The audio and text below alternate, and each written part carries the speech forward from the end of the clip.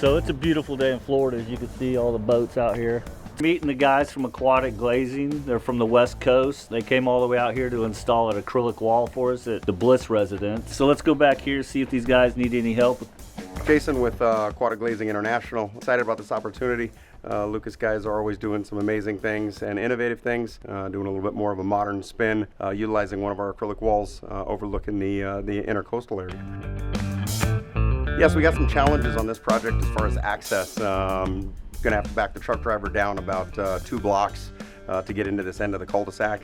And then from there, we've got a very tight space on the side of the yard to be able to access. I'll be operating the telescoping lift to be able to get around the side of the house.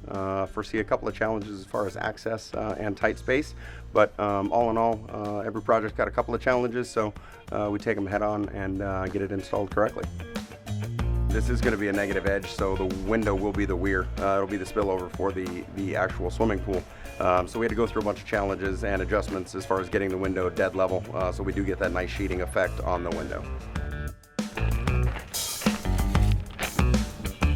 So when they got back there, the JCB wouldn't reach out far enough to install the wall, so they were talking about they were going to have to rent another piece of equipment.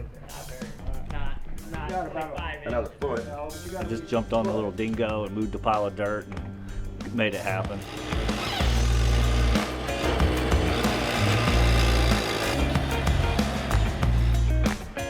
These panels have been installed globally in a variety of different countries. They've been used on movie sets, and famously we've got a couple of projects for elevated swimming pools. One of them is the Market Square Tower.